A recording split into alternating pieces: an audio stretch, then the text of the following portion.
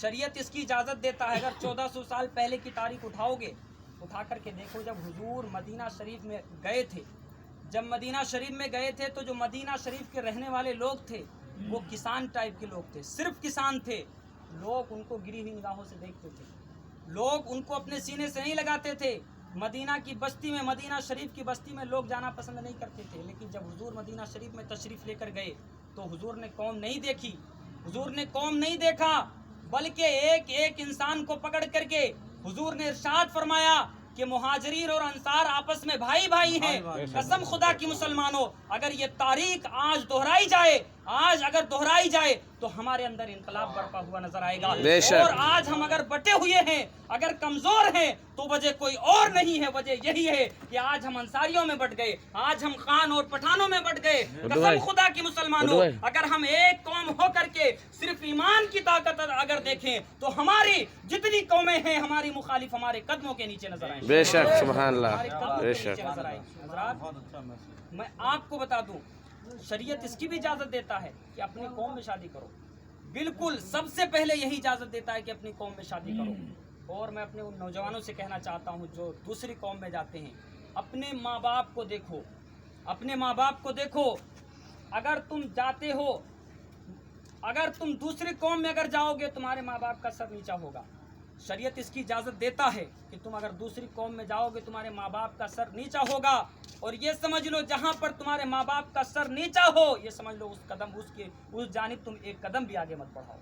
شریعت نے اس کا بھی حکم دیا ہے. لیکن حضرات، کہنے کا مقصد یہ ہے کہ ہم کوئی بھی ہو کسی قوم میں نہیں بٹنا چاہیے. محبت سے آپس میں ایک دوسرے کے ساتھ رہنا چاہیے، الفت و محبت سے رہنا چاہیے. اور جب ہم الفت و محبت سے رہیں گے، قسم خدا کی مسلمانوں، ہر جگہ پر ہم کامیاب ہوتے ہوئے نظر آئیں گے، ہر جگہ پر ہم کامیاب ہوتے ہوئے نظر آئیں گے.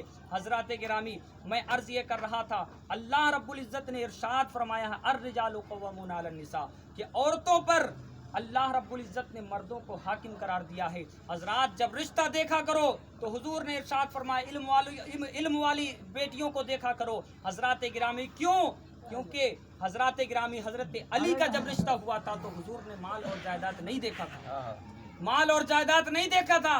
حضرت علی کے پاس اگر اس وقت کی تاریخ اٹھا کر کے دیکھی جائے تو اس وقت حضرت علی کے پاس کھانے کے صحیح سے انتظام بھی نہیں تھا، رہنے کی جگہ بھی نہیں تھی.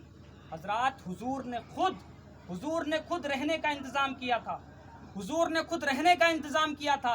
جہیز میں جو حضور نے دیا تھا اپنی طرف سے، حضرت علی کو جو جہیز دیا تھا حضور علیہ الصلوۃ والسلام نے خود اپنے، مطلب یہ سمجھ لو کچھ گنی ہوئی چیزیں تھیں اور مٹی کے برتن تھے، یہ سب چیزیں تھیں. حضرات گرامی، لیکن آج اگر ہم دیکھیں شادیوں کا ماحول اتنا خراب ہو چکا ہے، اتنا بگڑ چکا ہے کہ شادی سے پہلے نہ جانے بیٹی کا کتنا خرچ ہو جاتا ہے، شادی سے پہلے نہ جانے کتنا بیٹی کا خرچ ہو جاتا ہے. حضرات، اگر حقیقت یہ ہے، دیکھا جائے، اس بیٹی سے پوچھا جائے، اس بیٹی کے باپ سے پوچھا جائے تو حضرات اس کے دل پر کیا بیتتی ہے. لیکن لڑکے والے جو ہوتے ہیں ان کو پتہ، ان کو خوشیاں ہی خوشیاں ملتی ہیں. اور اس کے بعد، اور جب آپ تک کوئی بات پہنچے گی، جب آپ سمجھیں گے تبھی تو عمل کریں گے. ہمارا کام صرف سمجھانا ہے. حضرات گرامی، حضرت فاطمۃ الزہرا رضی اللہ تعالیٰ عنہ کی جب شادی ہوئی تھی، شادی ہونے کے بعد اتنی متقی اور پرہیزگار حضرت فاطمۃ الزہرا طیبہ طاہرہ، حضرات گرامی،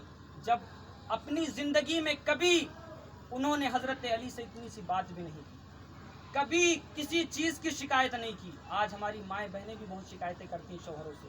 اگر شوہر تھوڑا پیسوں میں کم ہے، پیسوں میں اگر ہمارا شوہر اگر کوئی کم ہے کسی کا شوہر، تو قسم خدا کی مسلمانوں نہ جانے کتنی رخصت ہوئی. جب ان کے آخری وقت آیا، دنیا سے جانے کا وقت جب قریب ہوا، تو سمجھ لو اپنی زندگی میں اتنا پردہ کرتی تھی، اتنا پردہ کرتی تھی. جب جانے کا وقت قریب آیا تو حضرت فاطمۃ الزہرا حضرت علی کو اپنے پاس بلا کر کے بٹھا